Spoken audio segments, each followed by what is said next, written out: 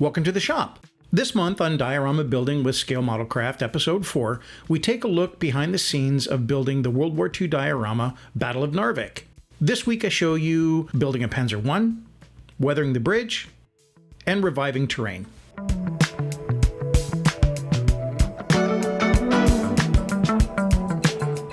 I'm building the Hobby Boss 1/35th scale kit, which has options for early and late versions of the Panzer I.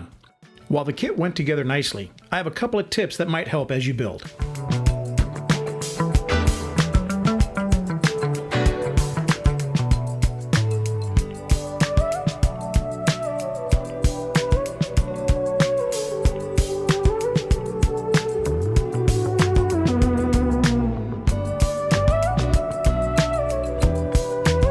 In step 9 of the instructions, you're shown an option for Photo Etch on the rear hull engine cover.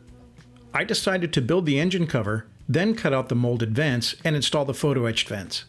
This added stability to the small part helped me from destroying it during the delicate operation.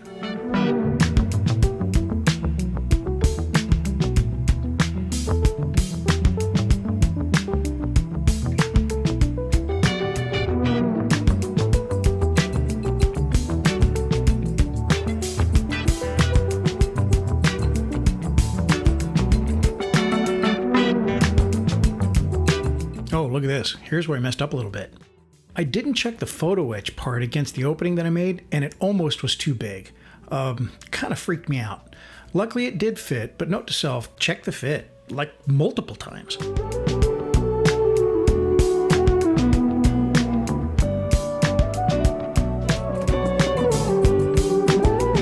Simple but effective, double-sided tape holds the tiny tracks in place until you glue them.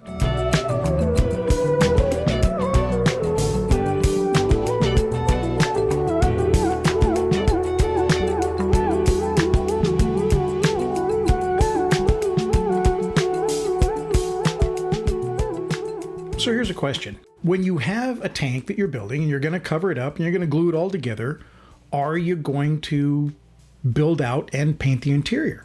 So far I have. I always have, just because. But I'd really like to know what you do. I do it because it's fun. I mean, it's just enjoyable. There's a lot of cool looking stuff in there, and you know, if I really mess something up, because I'm still, you know, trying to get a lot better, it's only going to be seen by me. So, well, in this instance, I mean, gosh, you know, you're seeing it. But I guess the point is, it's a great way to practice. And again, it's just really enjoyable. So I'd like to hear what you think. If you do build them out and paint them out and detail them out and stuff like that, do you try to leave the top so you can remove it? Or do you glue it up and that's it? Even you will never see it again. I'd love to hear what you think about it.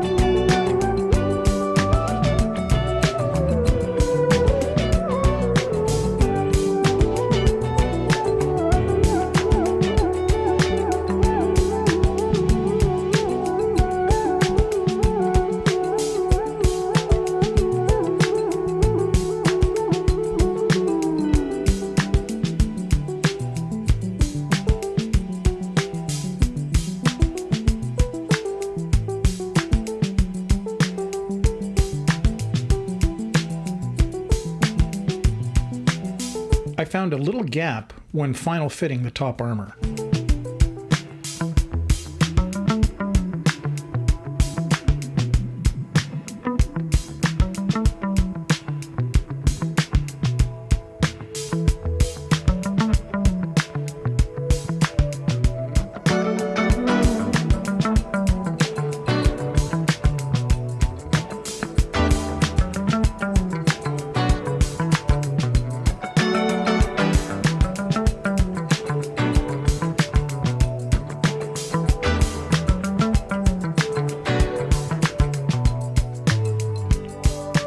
Quick note, multiple light passes will keep your styrene from deforming or curling on such a small piece.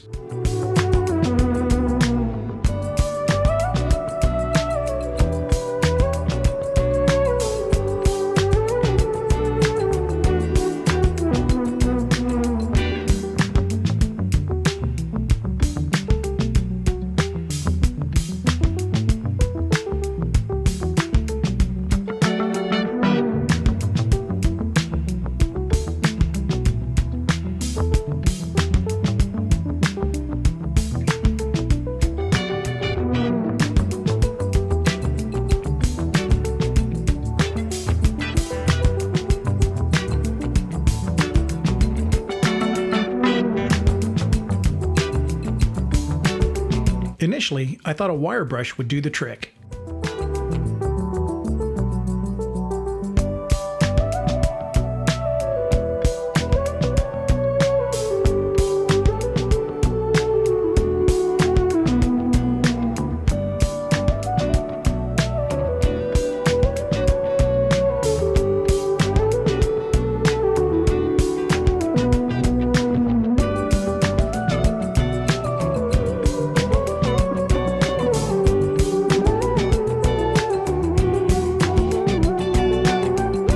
I wanted the wood bridge deck to show the normal wear and tear from daily use.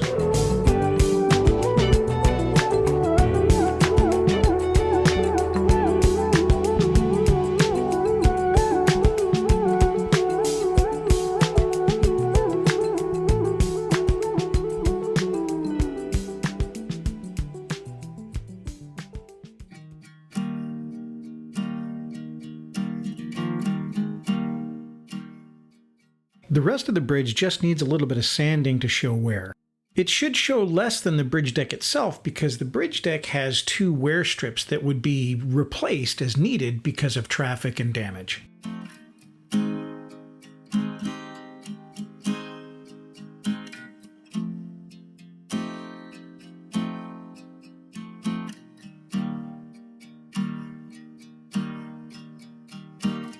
I lost some definition from all the damage work I did, so I went back and scored the planks with the back of my hobby knife.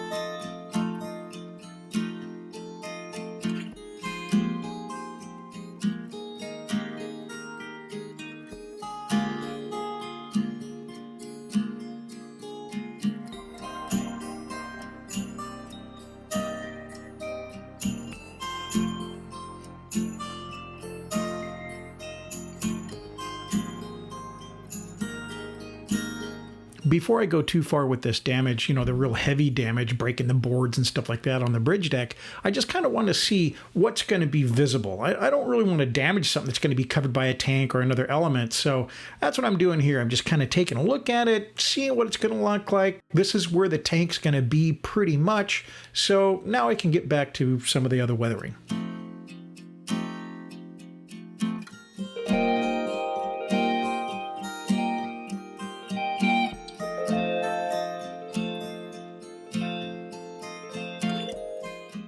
I use this mixture a lot to seal different parts of the diorama as I work on them. I need to wick some of this away because it's just there to hold pigments. I have these in the recesses, and when I add some enamel thinner, that'll create a grungy, oily mud that looks great on road surfaces.